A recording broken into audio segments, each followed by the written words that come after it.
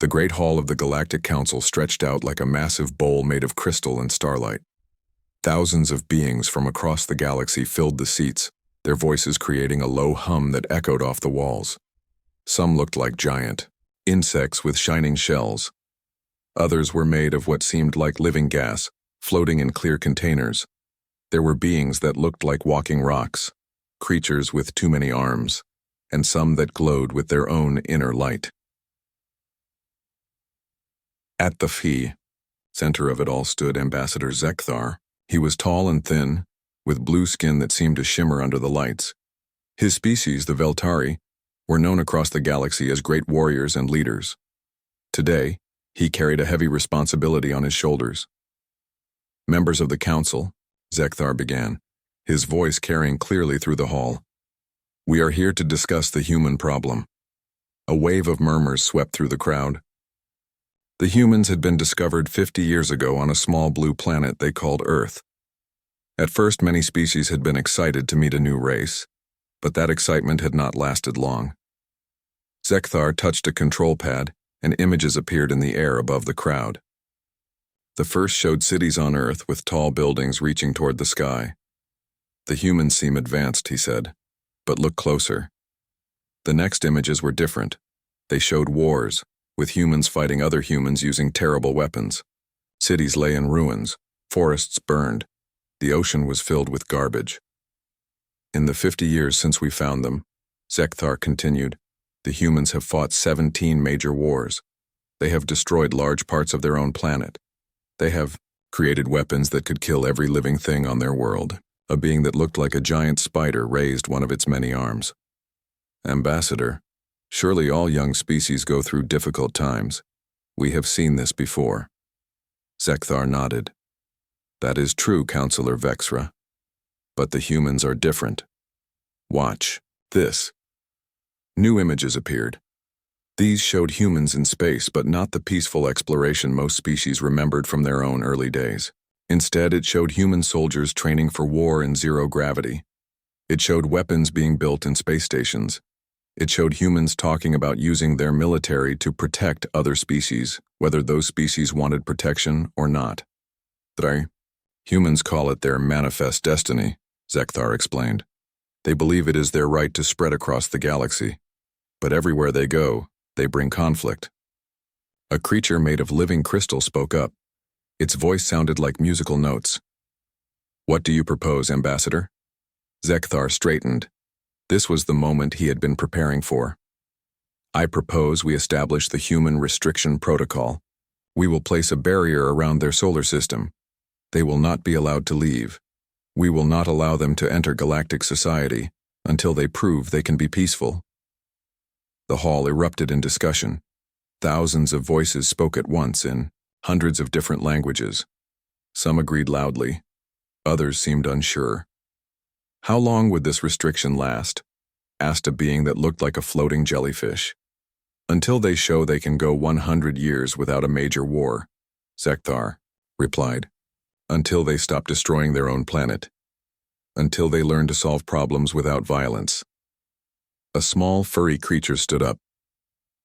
But Ambassador, is this not exactly the kind of thinking that leads to the conflicts you worry about? We are judging an entire species based on their worst moments. Zekthar's eyes narrowed. Counselor Fiblet, I understand your concern, but we must think of the safety of the galaxy.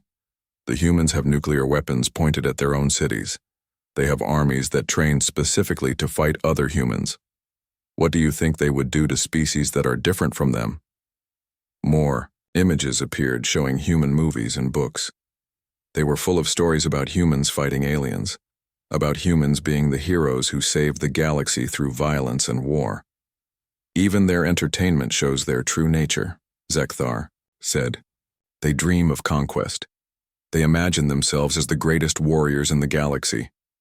An ancient being in the back of the hall slowly stood up. It was one of the archivists, a species so old that no one remembered when they had first joined. The council. They rarely spoke, but when they did, everyone listened. Young Ambassador, the archivist said in a voice like rustling leaves, you show us images of war and destruction, But do you show us the whole truth? Zekthar paused. I show the council what they need to see to make an informed decision. Do you show them the humans who died trying to save their enemies?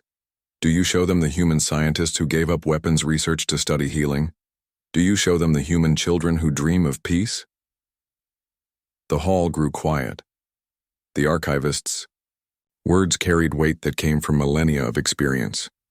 But Zekthar was ready for this challenge. Respected archivist, I do not doubt that individual humans can be good, but we must judge them as a species. And as a species, they are dangerous. He gestured, and new images appeared. These showed human weapons that could crack planets open. They showed human military leaders talking about acceptable losses in wars. They showed humans who seemed excited about the idea of fighting aliens. Can we really take the risk? Zekthar asked the crowd. Can we allow a species this violent into our peaceful galaxy? The debate went on for hours. Species after species stood up to speak. The warrior races, like the Veltari, mostly supported the restriction. They understood warfare and saw the humans as too unpredictable to trust. The peaceful species were divided. Some thought the humans needed time to grow up. Others worried that isolation would only make them more aggressive. The trading species, worried about economics. If we cut them off completely, we lose potential new markets, argued a being that looked like a walking tree. Perhaps we could trade with them but limit their movement. No, Zekthar said firmly.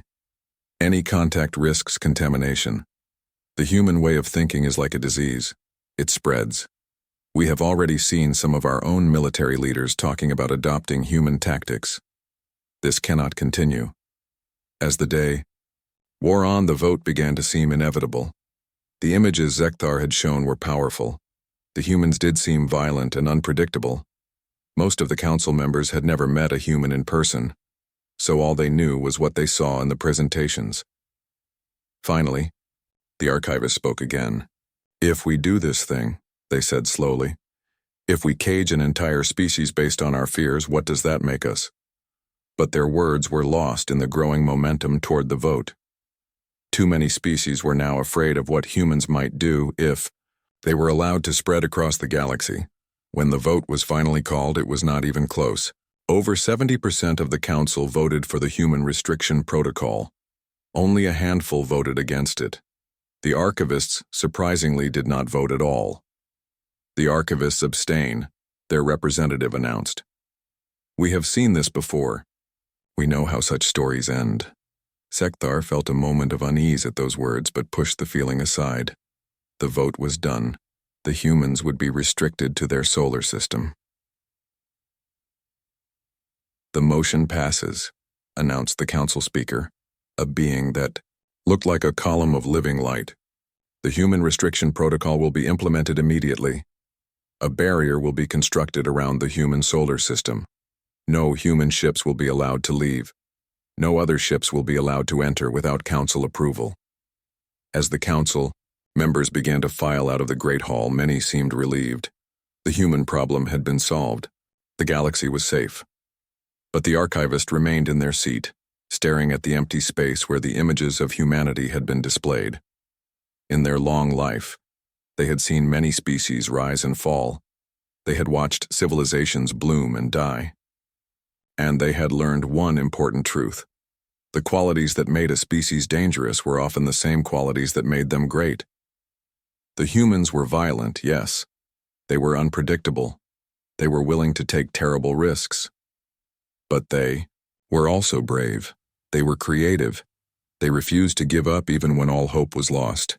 The archivist had studied human history more carefully than anyone else in the council. They had seen humans choose to die rather than abandon their friends. They had seen humans sacrifice everything to save strangers. They had seen humans look at impossible problems and find ways to solve them through sheer determination. But the council had not wanted to see those things. They had wanted to see only the fear, only the danger. And now they had made their choice. The archivist slowly stood and walked toward the exit.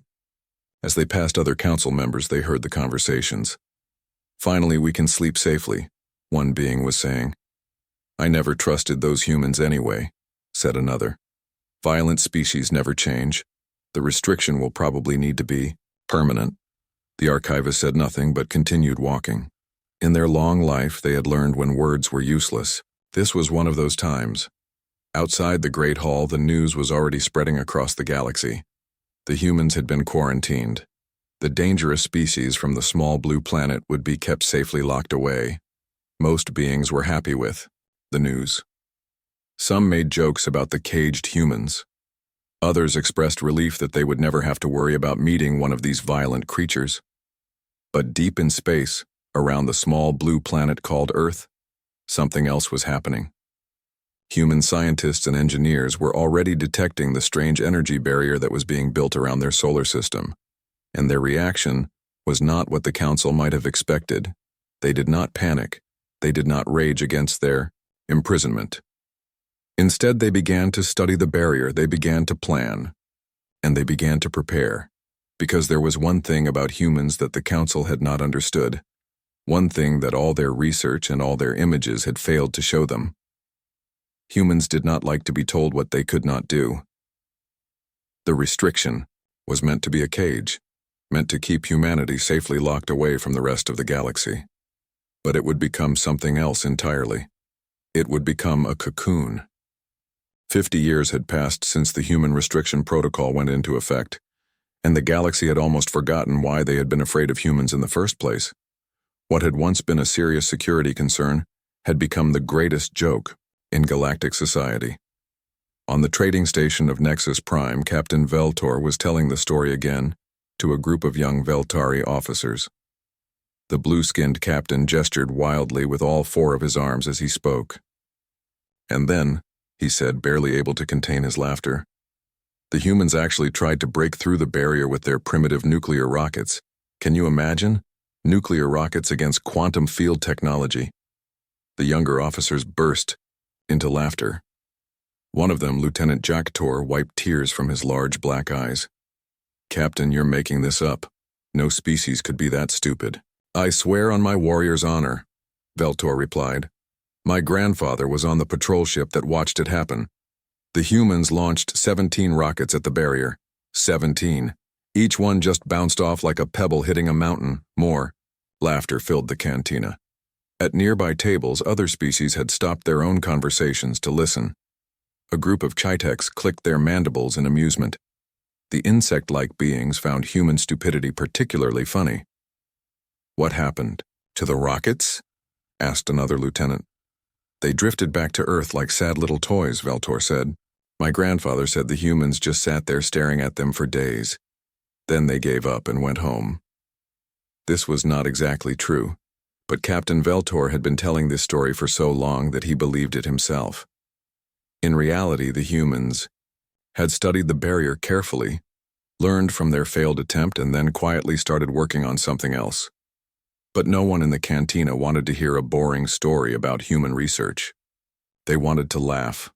Across the galaxy on the crystal world of Shardan, Professor Lumara was teaching a class of young students about military tactics. The crystalline being projected holographic images in the air above her students' heads. Today, we will study what we call the human approach to warfare, she said, her voice ringing like musical chimes. This is an excellent example of what not to do in military situations. The first image showed human soldiers charging across a battlefield. They were running straight into enemy fire, many of them falling as they ran. Notice how the humans ignore all logic, Professor Lumara explained. Instead of finding a safe route or negotiating with their enemies, they simply run toward danger. They call this courage, but we know it is really just primitive thinking. A young student raised one of her crystal arms. Professor, why would they choose to die when they could choose to live? Because they do not think clearly, Lumara replied. Humans are controlled by emotions instead of logic. When they become angry or scared, they do stupid things. This is why they were never allowed to join galactic society. The next image showed human generals planning an attack. The professor pointed to their serious faces and tense body language. See how stressed they look? A proper military leader should be calm and rational at all times. These humans are clearly too emotional to make good decisions. What Professor Lumara did not mention was that those same emotional humans had never lost a war against impossible odds. She did not talk about how their stupid charges had often succeeded where careful planning had failed. She only showed her students what fit her lesson plan. On the gas giant moon of Eris, a famous comedian named Whiffbog was performing his latest routine. The gaseous being floated in his containment field, while his audience of various species laughed at his jokes. "So I heard the humans tried to send a message to the council last year," Whiffbog said in his squeaky voice. "They wanted to apologize for being too violent and ask for another chance." The audience leaned forward, eager for the punchline. "The message was delivered by a robot shaped like a giant weapon," Whiffbog announced. "Even their peace offerings look like threats." The crowd erupted in laughter. This joke had been popular for months across the galaxy. Everyone had heard some version of it. "And get this," Whiffbog continued. "The robot was painted bright red and had flame decorations on the sides. The humans actually thought this would make them look peaceful." More laughter filled the room. A Veltari in the front row was laughing so hard he nearly fell off his chair. "I tell you folks, the council made the right choice keeping those crazy humans locked up. Can you imagine if they were out here with us? We'd all be wearing their ugly red war paint and charging at every problem we faced." The truth was that the humans had sent several peaceful diplomatic messages over the years. Each one had been polite, reasonable, and well thought out, but they had all been ignored or dismissed. It was more fun to joke about imaginary war robots than to deal with real diplomatic attempts. In the military academy on Velterra Prime, Commander Zeshkal was reviewing battle simulations with his advanced students. The young warriors sat at attention as their instructor pulled up historical records. "Your assignment this week was to study the failed human military strategy from their ancient wars," he announced. "Who can tell me the main problems with human tactics?" A eager student raised her hand. "Sir, the humans always attacked directly instead of using proper strategy. They wasted soldiers on hopeless battles." "Correct?" Zeshkal nodded. "What else?" Another student spoke up. "They relied too much on individual heroics instead of team coordination. Very primitive thinking." "Excellent." "And they never retreated, even when retreat was the logical choice. They preferred to die rather than live to fight another day." Commander Zeshkal smiled proudly. His students had learned their lessons well. "Exactly right. The humans represent everything a modern military should avoid. They are emotional, reckless, and wasteful of resources." He pulled up a simulation showing a human battle from their Second World War. "Watch this disaster. The humans are attacking a heavily defended position. Any rational species would find another way or wait for better conditions. But watch what the humans do." The simulation showed human soldiers storming a beach under heavy fire. Many fell, but others kept coming. Eventually, they took the position. "Notice how they succeed only through luck and superior numbers," Zeshkal explained. "This is not skill or strategy. This is just throwing bodies at a problem until it goes away." What the commander did not explain was that those same humans had planned their attack carefully. They had studied the defenses, chosen the best possible landing sites, and coordinated with air and sea support. The charge across the beach was not wild emotion, but the final step in a complex plan that had taken months to prepare. But it was easier to teach students about primitive human tactics than to admit that sometimes the direct approach actually worked. In the entertainment districts across the galaxy, human-themed shows had become incredibly popular. There were comedy programs that showed stupid humans doing stupid things. There were action movies where brave alien heroes saved the galaxy from human-like villains. There were documentaries that explained how humans were too primitive for space travel. One of the most popular shows was called Caged Animals. It featured actors dressed as humans doing ridiculous things while trapped in a small space. The human characters were always fighting each other, breaking things, and making poor decisions. Audiences across the galaxy loved it. "Remember," the narrator would say at the end of each episode, "this is what happens when violent species are left to their own devices. Aren't we lucky the council keeps us safe?" Meanwhile, the real humans were doing something very different from what the galaxy imagined. The barrier around their solar system had indeed trapped them, but it had also given them something unexpected: privacy. For 50 years, humanity had been working on projects that no alien eyes could see. They had unified their planet under a single government. They had built massive space stations in the outer reaches of their solar system. They had developed technologies that would have amazed the galactic community. But none of this was visible to the outside galaxy. All anyone could see was the barrier, humming quietly around the human solar system like the wall of a prison. Sometimes Galactic Council patrol ships would pass by the barrier on routine missions. The crews would point at it and laugh. Still keeping the dangerous humans locked up, they would joke to each other. I wonder what crazy things they're doing in there. If they had known the truth, they might not have been laughing. Deep inside human space, Admiral Sarah Chen stood on the observation deck of Fortress Prime, a massive space station that had taken 20 years to build. Through the transparent aluminum windows, she could see dozens of human ships conducting training exercises. These were not the primitive nuclear rockets that Captain Veltor joked about. These were sleek, advanced vessels that used technology the galactic community had never seen. They moved with purpose and precision, their crews trained to a level that would have impressed even the proud Veltari military. "Admiral," her aide said quietly, "the new recruits are asking when they'll get to see real action." Admiral Chen smiled grimly. "Tell them to be patient. 50 years is a long time to wait, but I have a feeling our time is coming."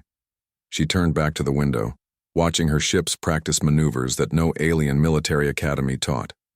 The crews were learning tactics that would have horrified Professor Lumara and fascinated Commander Zeshkal, if only they had been able to see them. "Let them laugh," she said softly to herself. "Let them make their jokes and tell their stories. When the time comes, they'll learn what humans are really capable of." Outside the barrier, the galaxy continued to mock the caged humans. But inside the barrier, humanity was preparing for something that would change everything. They just did not know it yet. The first sign of trouble came from the outer rim, in a star system so remote that most galactic maps did not even name it. The research station there had been studying ancient stellar formations when their communications suddenly went silent. Yo. The Galactic Council's monitoring station, technical specialist Wixara noticed the missing signal during routine checks.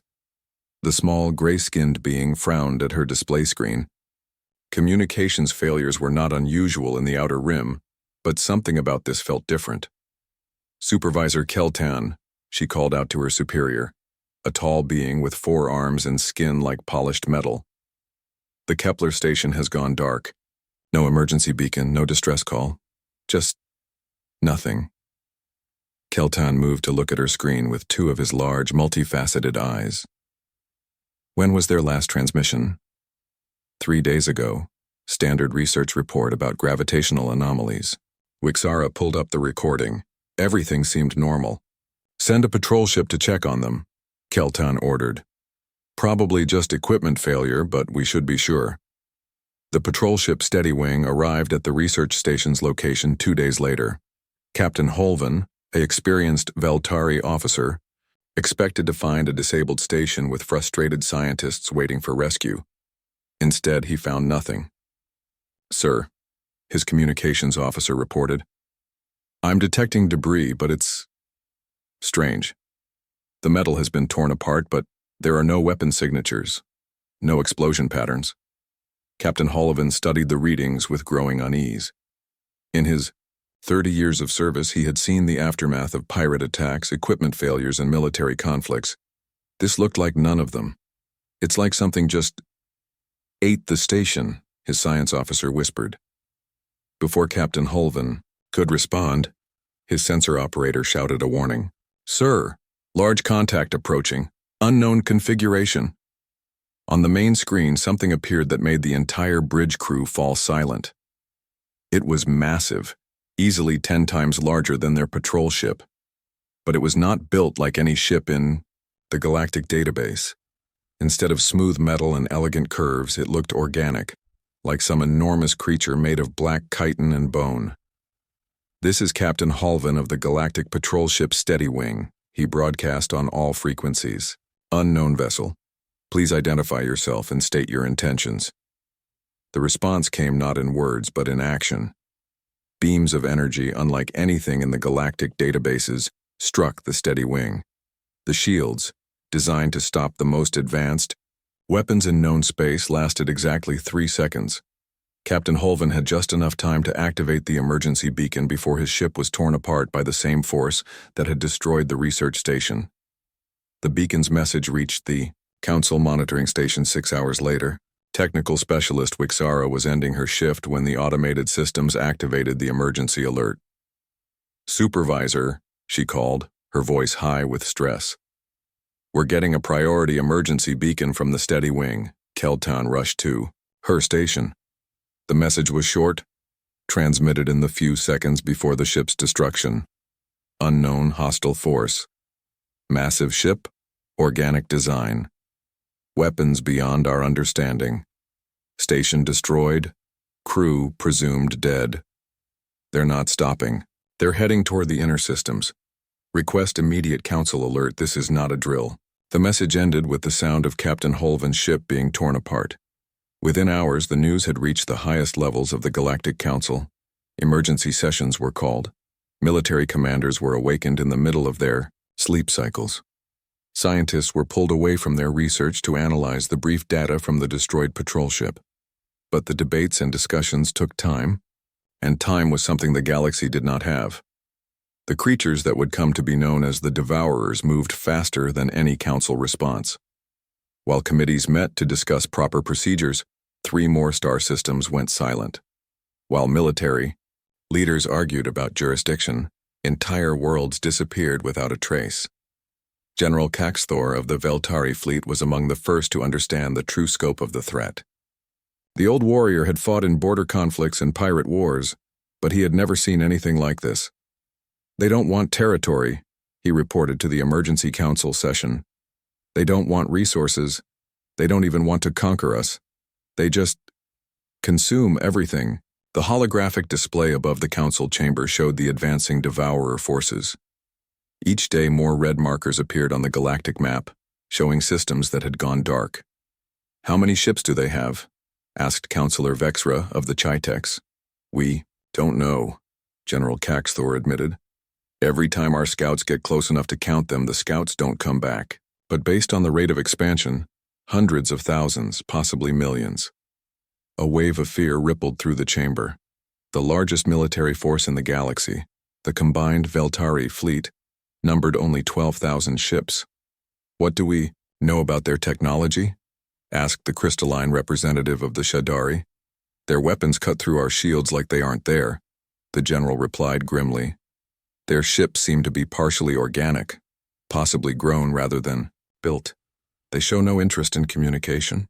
They simply arrive, consume everything in the system, and move on." "Consume?" The word came from Councillor Yilvan of the peaceful Etherian species. "You mean they eat?" General Caxthor nodded. "They strip every planet down to bare rock. They absorb all organic matter, all energy sources, even the metals and minerals. When they're done, there's nothing left but empty space and dark stars." The chamber fell silent as the implications sank in. This was not a war in any sense they understood. This was extermination. Over the following weeks, the Devourers' advance continued with terrible efficiency. The galaxy's greatest military minds tried every strategy they knew. Combined fleets were assembled and sent to stop the advance. Elite units attempted surgical strikes against key Devourer ships.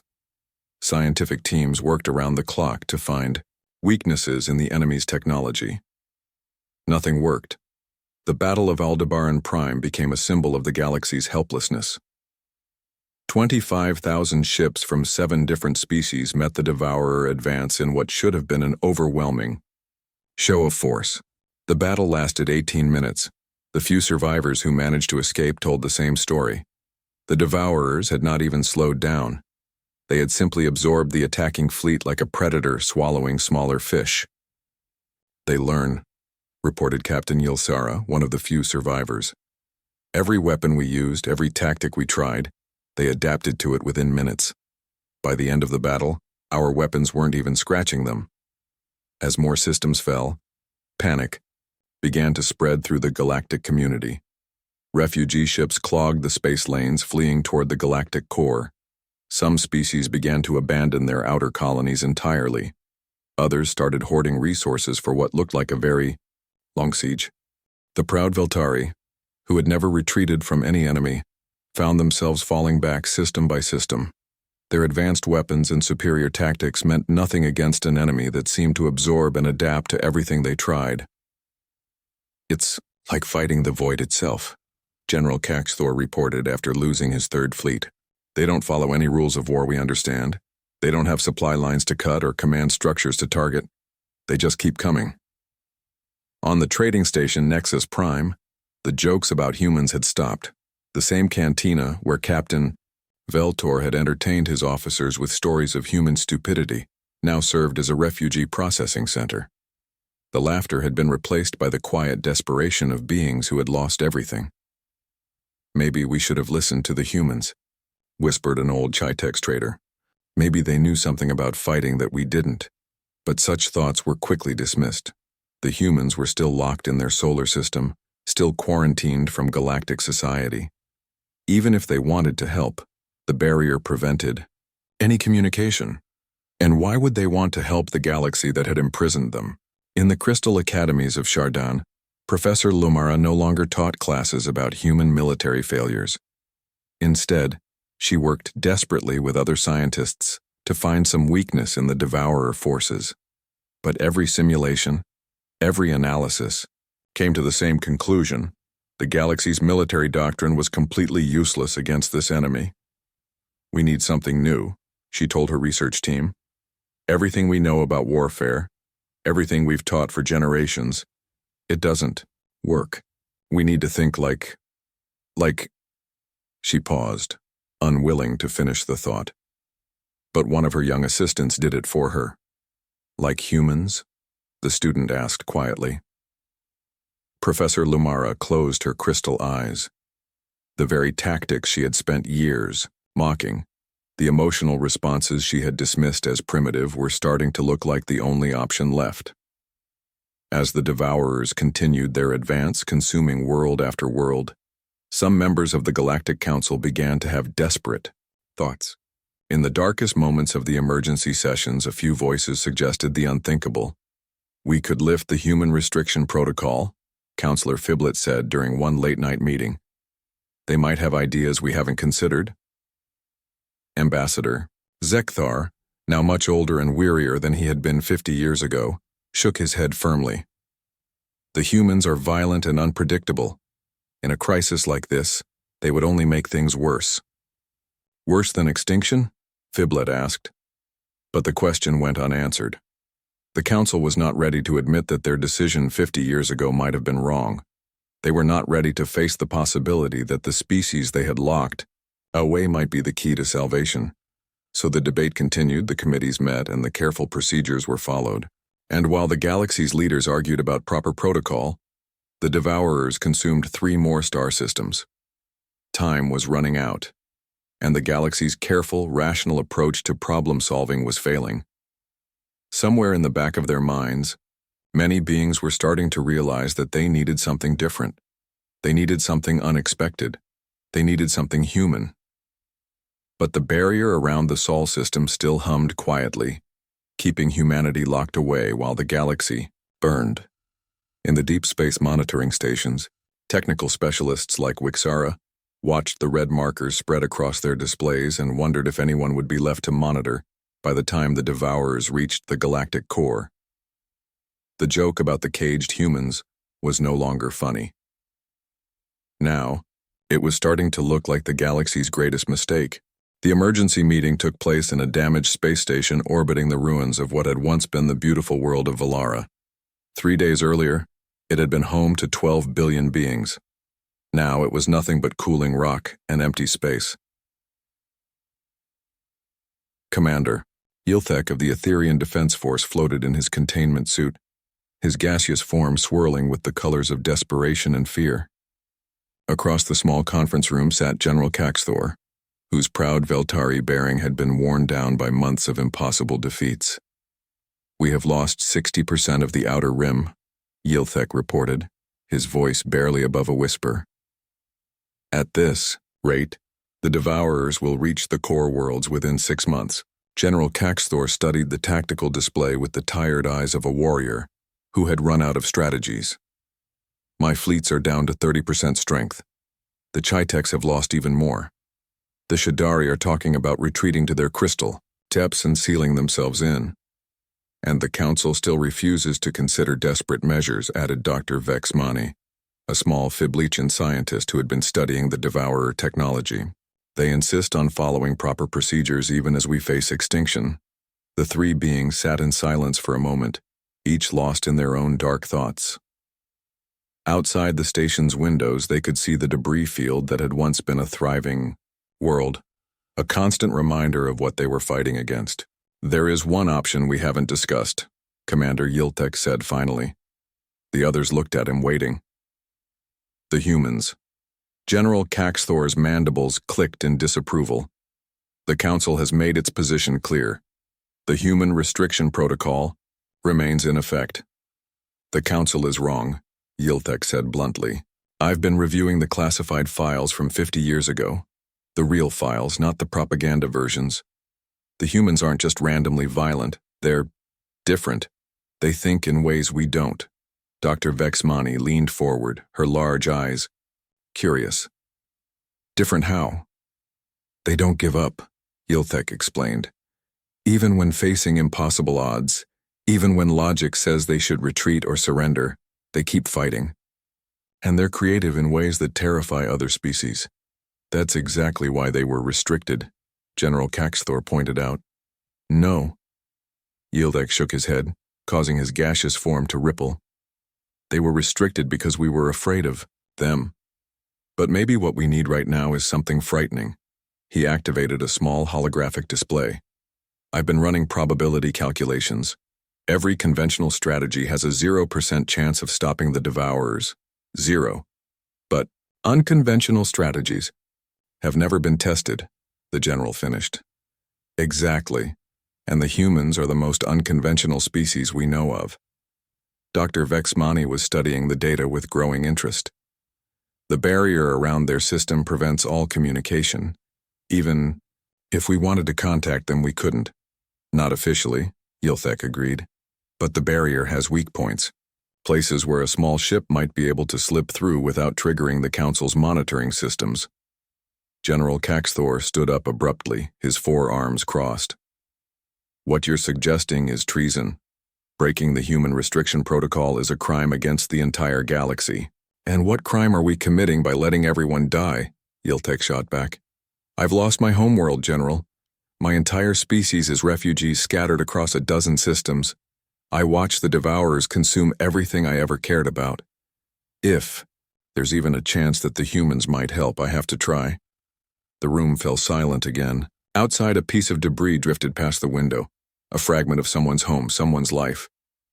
"Even if we could contact them," General Caxthor said quietly, "why would they help us? We imprisoned them. We mocked them. We treated them like criminals. Because that's what humans do," Dr. Vexmani said suddenly. Both military officers turned to look at her. "I've been studying their history. When their enemies were in trouble, humans helped them. When species that had wronged them faced extinction, humans saved them. They can't seem to help themselves." "Commander," Yilthek felt a spark of hope for the first time in months. "Then you'll help?" "I'll do more than that," the small scientist replied. "I'll come with you." 3 days later, a small research vessel called the Quiet Study slipped away from the refugee processing station. Its official mission was to collect data on Devourer movement patterns. Its real destination was the edge of human space. The journey took 2 weeks of careful navigation through damaged systems and debris fields. They had to avoid both Devourer forces and Council patrol ships, staying to the empty spaces between star systems where no one usually traveled. When they finally reached the barrier around Sol system, all 3 crew members stared in amazement. The energy field that surrounded human space was massive, a glowing wall that stretched across the entire solar system. For 50 years, it had been the most secure prison in the galaxy. There, Dr. Vexmani pointed to her instruments, a fluctuation in the field strength. If we time it right, we might be able to slip through. Commander Yilthek piloted their small ship toward the weak point, his gaseous form tense with concentration. One mistake would either alert the Council to their illegal mission or get them vaporized by the barrier itself. The ship shuddered as it passed through the energy field, alarms briefly sounding before falling silent. Then they were through, inside human space for the first time in 50 years. What they found was not what they had expected. By the void, General Caxthor whispered, staring at the sensor readings. How many ships are those? The space around Earth was filled with vessels unlike anything in the galactic databases.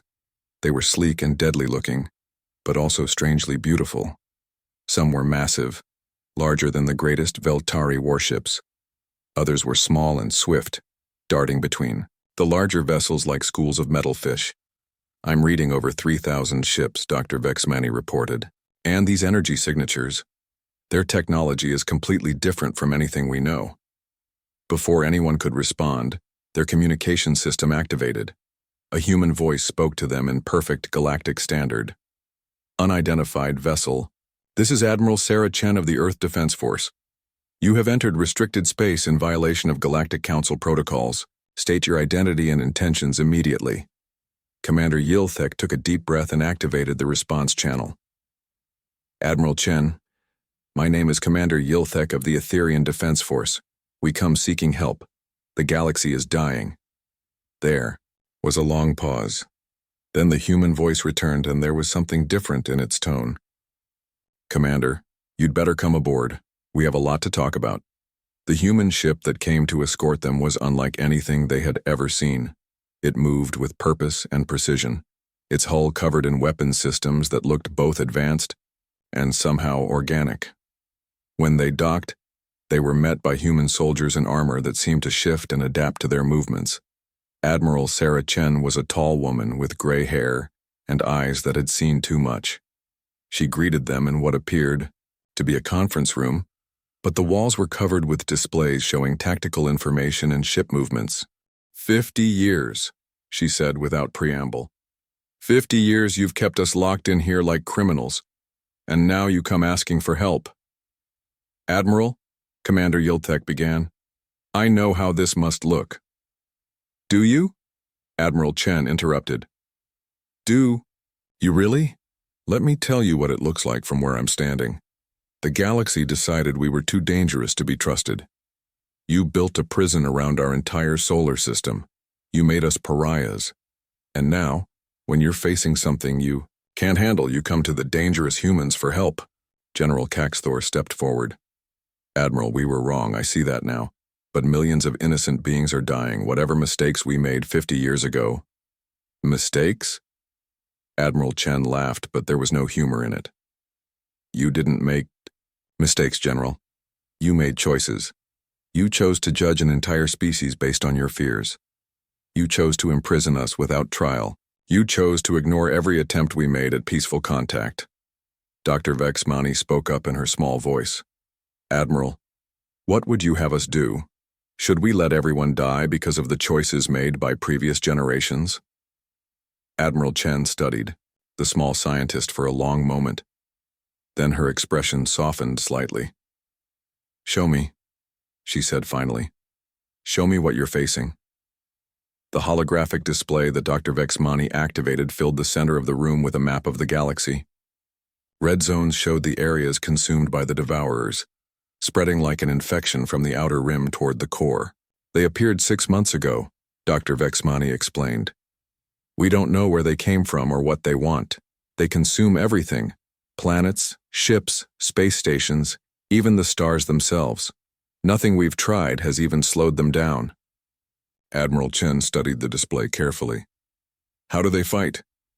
They don't fight, General Caxthor said bitterly. They adapt. Every weapon we use against them, every tactic we try, they counter it within minutes. It's like fighting an enemy that learns faster than we can think. And your response has been? Conventional warfare, combined fleets, strategic strikes, defensive positions. Everything in our military doctrine. Admiral Chen nodded slowly. And it's not working because your military doctrine is designed for fighting other species like yourselves. Rational, predictable, following the same basic rules of engagement. That's how civilized beings conduct warfare, General Caxthor said stiffly. Yes, Admiral Chen agreed. It is. But what you're facing isn't civilized. It's not even really warfare in the sense you understand it. It's predation. She turned to look at the three aliens who had risked everything to come here. You want our help because we're not civilized, because we don't follow your rules, because we're dangerous and unpredictable. Commander Yilthek met her gaze steadily. Yes. And you're asking us to risk our lives to save the same galaxy that locked us away and mocked us for 50 years. Yes. Admiral Chen was quiet for a long time, studying the galactic map with its spreading zones of destruction. Finally, she spoke. Dr. Vexmani, you said earlier that humans can't help themselves when it comes to saving people who need help. You're right. It's our greatest weakness. She paused. It's also our greatest strength. She turned to face them directly.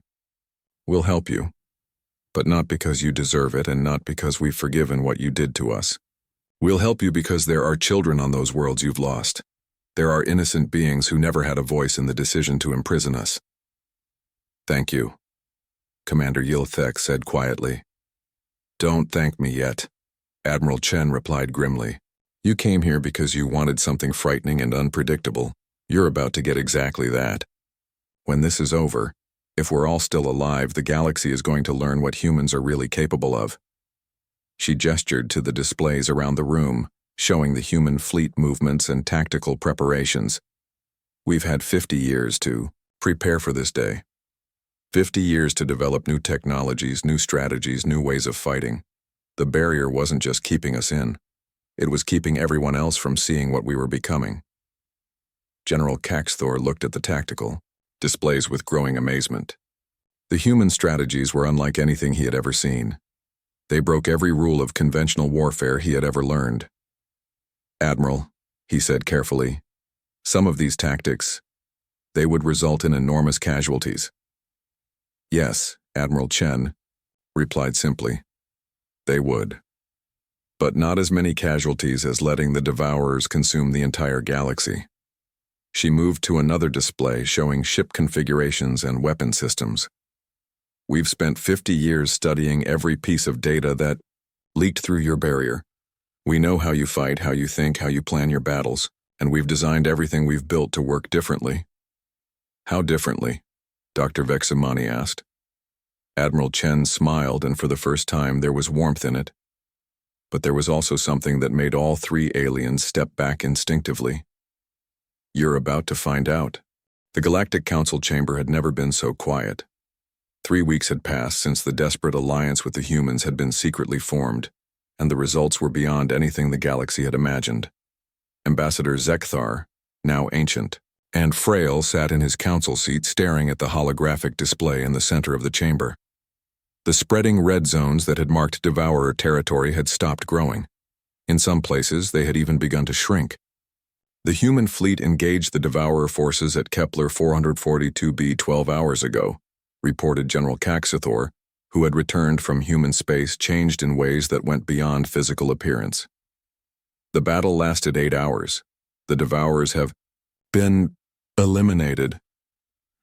A murmur ran through the chamber. This was the first major victory against the Devourer forces since the war had begun. How? Asked Counselor Vexra, her insect eyes wide with disbelief. We lost 25,000 ships at Aldebaran Prime and didn't even slow them down. How many ships did the humans lose? General Caxthor was quiet for a moment. Approximately 60% of their attacking force.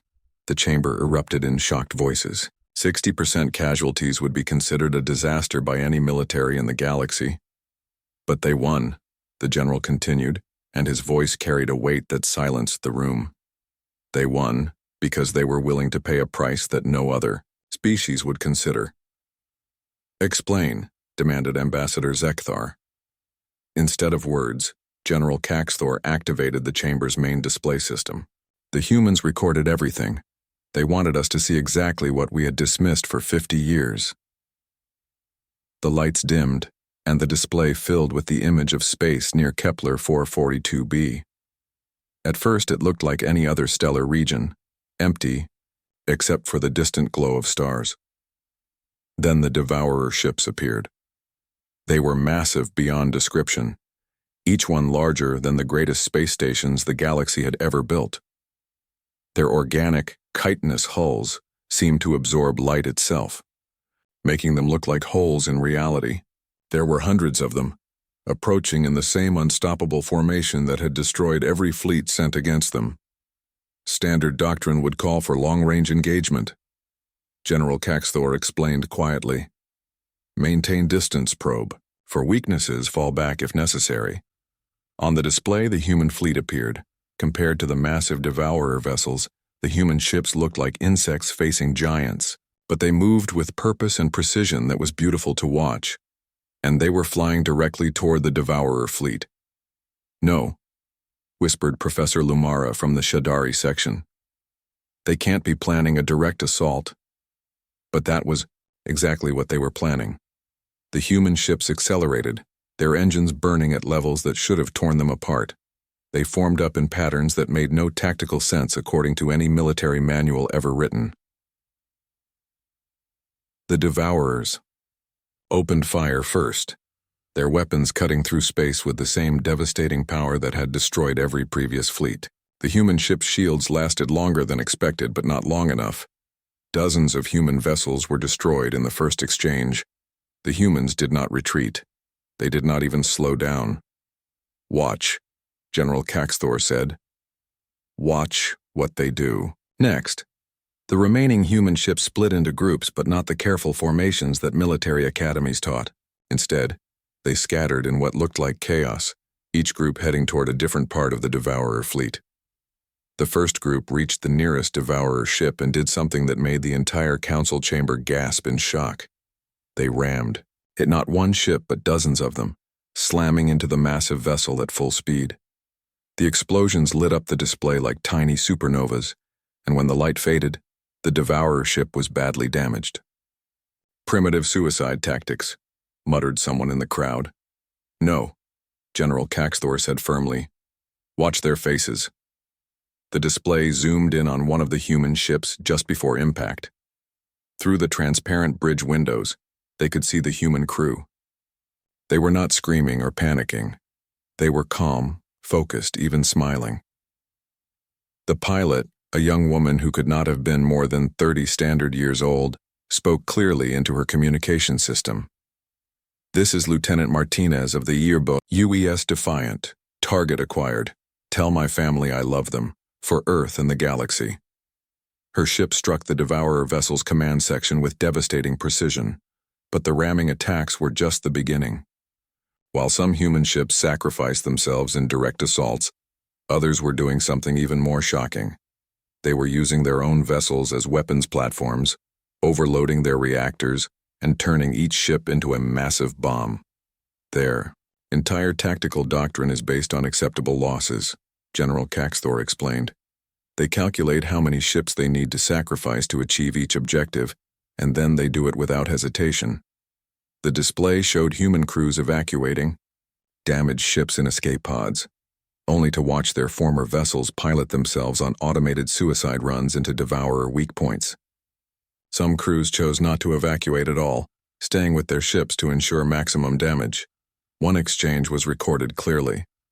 A human captain whose ship was crippled but not destroyed received an order to abandon his vessel for automated ramming.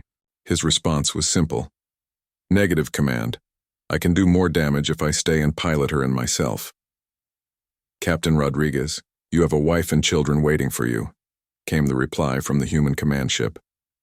"And they'll be proud of what I'm doing for them today," Rodriguez answered calmly. "See you on the other side." His ship struck the Devourer command vessel's reactor core. The explosion was visible from 3 star systems away, The battle continued. For hours, with human ships throwing themselves at the Devourer forces in ways that defied every principle of self-preservation. But they were not dying randomly or wastefully. Every sacrifice was calculated, every loss planned to achieve maximum strategic benefit, and it was working. The Devourers, who had adapted to every conventional tactic, seemed confused by an enemy that treated their own lives as expendable resources. They had learned to counter careful strategy and logical planning. They had no defense against an enemy that was willing to die to win. The turning point came when Admiral Sarah Chen's flagship, the UES Indomitable, broke through the Devourer defensive line. Her ship was badly damaged, its shields failing, and its hull breached in dozens of places. The recording showed Admiral Chen on her bridge, blood streaming from a head wound, her uniform torn and burned. Around her, her crew worked frantically at damaged stations while alarms blared and lights flickered. "Admiral," her tactical officer reported, "we've lost main engines and most of our weapons. The Devourer command ship is directly ahead, but we can't reach it." Admiral Chen studied the tactical display for exactly 3 seconds. Then she turned to her crew with a smile that would be remembered across the galaxy for generations. "All hands, this is the Admiral. 30 seconds to General. Evacuation. Anyone who wants to stay and see this through to the end is welcome to join me." Most of her crew ran for the escape pods, but dozens stayed at their posts, working to keep the dying ship functioning for a few more minutes. The Admiral activated the ship's general communication system, broadcasting to the entire human fleet and, unknowingly, to the recording devices that would carry her words across the galaxy. "This is Admiral Sarah Chen of the UES Indomitable to all human forces. It has been an honor serving with you. Today we show the galaxy what it means to be human. We don't fight because we hate what's in front of us. We fight because we love what's behind us." She paused, looking around at the crew members who had chosen to stay. "Helmsman, take us in, full speed. Let's finish this." The massive warship, its hull glowing red-hot from internal fires, accelerated toward the Devourer command vessel. The alien ship fired everything it had, but the Indomitable would not be stopped. The impact was recorded from 17 different angles by human ships throughout the battle zone. When Admiral Chen's ship struck the Devourer command vessel, both ships vanished in an explosion that briefly outshone the system's star. With their command ship destroyed, the remaining Devourer forces faltered. The few human ships that remained pressed their advantage, continuing their impossible assault until every enemy vessel had been eliminated. When the recording ended, the council chamber was completely silent. Many beings were staring at the empty display with expressions of shock, awe, and something that might have been shame. Finally, Ambassador Zekthar spoke, his voice barely above a whisper. "How many humans died in that battle?" 12,437, General Caxthor replied, including Admiral Chen and her entire senior staff. "And they knew this would happen? They planned for these losses?" "They planned for worse," the general answered. Admiral Chen's battle plan assumed they might lose their entire fleet. She was prepared to sacrifice every human ship and crew member to stop the Devourers. Counselor Vexra clicked her mandibles nervously. "But why? These weren't even their worlds under attack. We had imprisoned them, mocked them, treated them as criminals. Why would they sacrifice so much for us?" General Caxthor turned to face the assembled council, and when he spoke, his voice carried the weight of hard-earned wisdom. "Because that's what humans do. When innocent people are in danger, they don't ask whether those people deserve to be saved. They don't calculate the political benefits or worry about past grievances. They just act." The display activated again, showing footage from the aftermath of the battle. Human rescue ships were searching the debris field, not for their own survivors, but for Devourer prisoners and any alien refugees who might have been captured. "They're already planning the next phase," General Caxthor continued. "Admiral Chen's successor, Admiral Washington, is organizing a task force to hunt down the remaining Devourer cells. The humans estimate it will take 6 months to completely eliminate the threat." "At what cost?" asked the Etherian representative. "Whatever it takes," came the reply. "That's what Admiral Washington told me when I asked the same question." Ambassador Zekthar slowly stood up, his aged body trembling with effort. For 50 years, he had been proud of his decision to restrict the humans. He had believed he was protecting the galaxy from a dangerous, violent species. Now he understood the truth. The humans were dangerous. But they were dangerous to the right things. "I call for an immediate vote," he announced, his voice stronger than it had been in years. "The human restriction protocol must be lifted immediately. Furthermore, I propose that humanity be offered full membership in the Galactic Council with all the rights and privileges thereof." "Seconded," came a voice from the back of the chamber. It was one of the ancient archivists speaking publicly for the first time in decades. "We told you 50 years ago that you were judging without understanding. Perhaps now you will listen." The vote was unanimous. 3 days later, a human delegation arrived at the council chambers. They came not in warships, but in a simple diplomatic vessel. Their leader was a woman named Ambassador Maria Santos, and she carried herself with the same quiet dignity that Admiral Chen had shown in her final moments. "The people of Earth thank the Galactic Council for lifting the restriction," she said in her first address to the Assembly. "We look forward to working with all species to build a better galaxy." "Ambassador Santos," Zekthar said during the formal proceedings, "on behalf of the Council, I must offer our deepest apologies for the injustice we committed against your people. We were wrong to imprison you. We were wrong to judge you so harshly." Ambassador Santos nodded graciously. "What matters now is not what happened yesterday, but what we build together tomorrow." But privately, many council members struggled with a difficult realization. They had spent 50 years fearing human violence, never understanding that sometimes violence was the only answer to a threat like the Devourers. They had mocked human emotion and irrationality, never realizing that logic alone was insufficient to face true evil. In the end, it had taken the species they feared most to save them all. The memorial to the Battle of Kepler 442b was completed 6 months later, built in the exact spot where Admiral Chen's ship had made its final sacrifice. The inscription, written in every major galactic language, read simply, "They gave everything, so strangers might live." This is what it means to be human. And across the galaxy, in schools and academies, in military training centers, and diplomatic corps, a new lesson was being taught. The humans had been right about one thing. Sometimes the most important battles could only be won by those willing to pay any price for victory. The galaxy had learned to respect the species they had once mocked. But more than that, they had learned to be grateful for the existence of beings who would sacrifice everything for people they had never met. The humans were no longer caged, and the galaxy was safer for it.